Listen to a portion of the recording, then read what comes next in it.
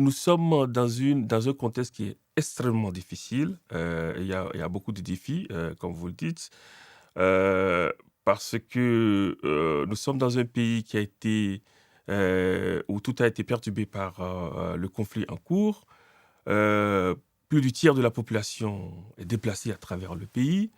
Il y a plus de 2,7 millions qui sont encore, dans les pays voisins comme réfugiés.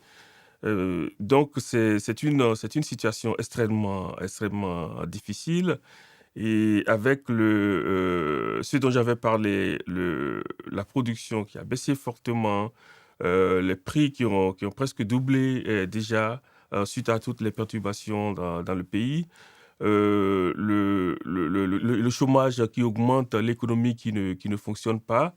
On est dans un système qui est dans un système de crise assez complexe et les défis sont importants mais quand même il est important que, on puisse, apporter une assistance à ces populations pour rebâtir leur résilience, et pour reconstruire leur système leur moyen de survie.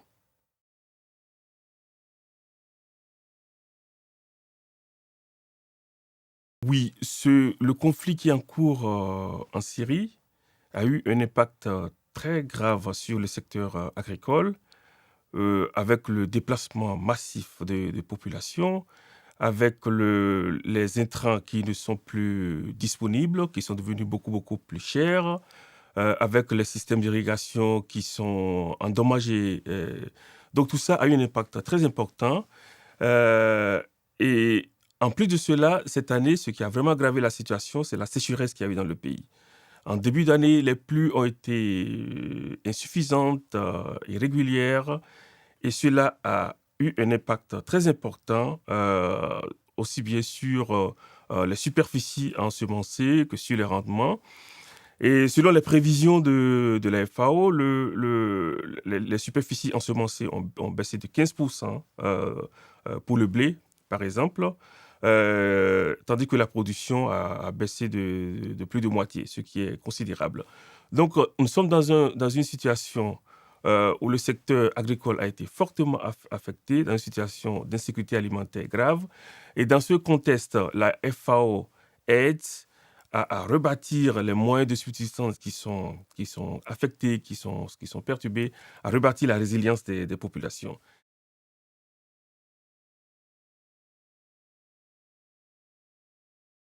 Oui, et l'aide, pour ce qui concerne, la production agricole, c'est surtout pendant la période de semis, comme vous le dites.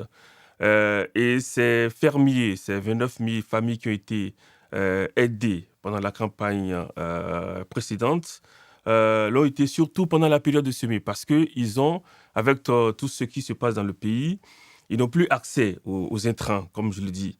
Donc, c'est pendant la période de semis, il faut les aider à avoir accès, à ces intrants-là pour pouvoir, reprendre leurs activités. Donc, cette campagne s'achève maintenant et la FAO, s'apprête pour les aider pendant la campagne qui va commencer bientôt. Et la campagne d'hiver, ça commence, disons en septembre, octobre, les semis dans ce pays. Donc, et c'est pendant cette campagne qui va commencer, en octobre que, la FAO envisage, d'apporter ce soutien-là de distribution, d'intrants, d'aide, en produits vétérinaires, assistance au secteur de l'élevage, d'aider 50 000 familles.